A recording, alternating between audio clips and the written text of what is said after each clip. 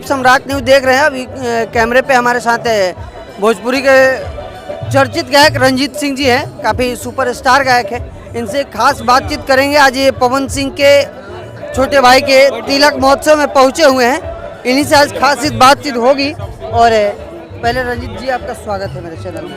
नमस्कार नमस्कार सबके। कैसन मानी पहले बहुत बढ़िया बानी, आप सबका आशीर्वाद से चल रहा बा एकदम एकदम। कितना खुशी होता है जो कोहरी पवन सिंह के पैतृक गांव में मौजूद बनी है। अरे शुरू के बादशाह हमारे बड़े भैया पवन सिंह जी के आज हम लोग जन्मभूमि पाइल बनी जा, बहुत अच्छा लगा था। समय बदल गई, काफ़ी समय के साथ भोजपुरी के दमखम रहल।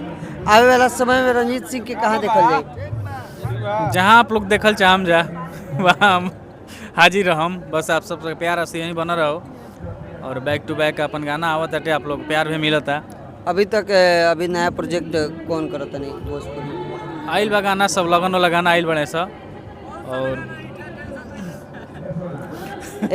एगो पब्लिक के गाना सुनाई पहले। गाना सुनाई तमाम गाना बाटे जो नया आवता अभी नया आइल बा गाना एगो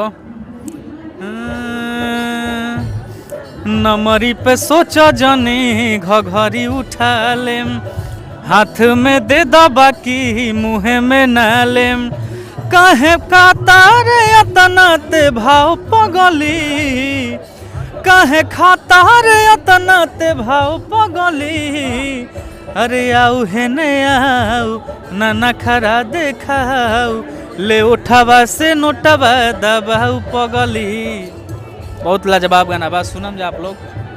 अच्छा। भोजपुरी गायक पे एगो आरोप लागेला, जो जितना भी फीमेल कलाकार लोग बा वो लोग आरोप लगावेला कि जब तक हमनी के साथे बेड शेयर ना हुई तब तक कोई काम देवे खातिर तैयार ना होला। इनमें कितना सच्चाई बा? बे महाराज ऐसा थोड़े बात बा महाराज, कहाँ से रोज सवाल लाई न जा। ऐसा थोड़े बात बा कि बेड शेयर होई तबे काम मिली। भोजपुरी में टैलेंट के भी खोज होला और जेकरा भी टैलेंट बा ओकरा ये सब कोइला के जरूरत नहीं के। जब वीडियो चल रहा तो मैं टैलेंट नहीं, टैलेंट से ही ना व्यू जाला चाहे कमेंट जाला। हाँ। और वो खराब वीडियो बना जो में एको कमेंट ना रही। टैलेंट के हर जगह पूजा होला। अच्छा, आए दिन एमएमएस वायरल हो जाता मॉडल लोग के, गायक लोग के, ओकरा पर का कहूं? ये सवाल लेके बनी खाली ये पर्सनल चीज बाटे और केहू के लाइफ है, ये सब ना करे के चाही। और जहाँ तक एमएमएस सब के बात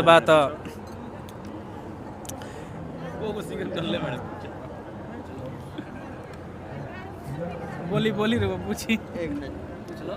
बहुत सारा सैड सॉन्ग भी आपके बा अभी तले? हर प्रकार के गाना बा हमारा फिर एकदम। हाँ, अभी तले प्यार भइल बा कि ना? प्यार हाँ, प्यार काहे नहीं के बोल, बिना प्यारे के सैड सॉन्ग बढ़िया बढ़िया। संगीत से प्यार बा नहीं, जौन पूछल चाहते रहे ओकरो से प्यार भई रहे, लेकिन छूट गइल, बेवफाई हो गइल। अब गलती ना बताइम केकरा में रहे, हमारा रहे के ओकरा में रहे। खास तौर पे हमारा में नहीं रहे।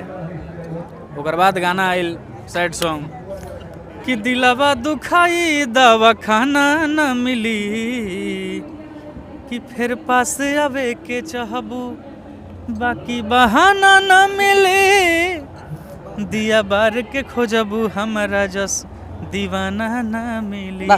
क्या बात। गाना गवावे को बलम लुधियाना से आ जाना। गाना हिट गाना कहाँ पगला बात। एगो गाना और हिट भई रहे, बलम लुधियाना से आ जाना। वो गाना एक बार पब्लिक के सुनाई पहले। पब्लिक है हाँ, सुना दी शुरू है। बहुत पहले वो गाना गौले रहे, वो हमारे शुरुआती दौर रहे, एक तरह से हमारे करियर के शुरुआते रहे। वो गाना गौले रहे हम। बथता बदनमा सैया रोवता खजाना, बलम लुधियाना से आ जाना, अरे तमुरु चाला गोता मोर कारखाना, बलम लुधियाना से आ जाना। देखल जाता है घड़ी कार्यक्रम में जितना भी लेडीज कलाकार बा लोग, उनका जो रे जितना भी मेल सिंगर बने उनका जो विवाद हो जाता है और आपस में गाली गलौज स्टार्ट कर देता लोग। मतलब ये काहे करे के पड़ा था, हिट होके खाती या काहे का?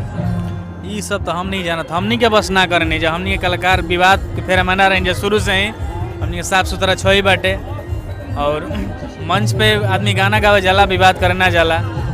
अब और कलाकार के बारे में हम नहीं जानत, लेकिन हमनी के स्टेज शो पे एकदम ये सब ना होला। चलिए तो ये हमारा साथे रंजीत सिंह जी रहे, बहुत बढ़िया कलाकार, बहुत बहुत धन्यवाद हमारे साथ जुड़ने के लिए रंजीत जी। और हमारे चैनल पे नए हैं तो चैनल को सब्सक्राइब कीजिए, लाइक कीजिए और बेल आइकन दबाइए कि मेरे चैनल से जो भी नया वीडियो है आप तक पहुंचेगा। जय हिंद।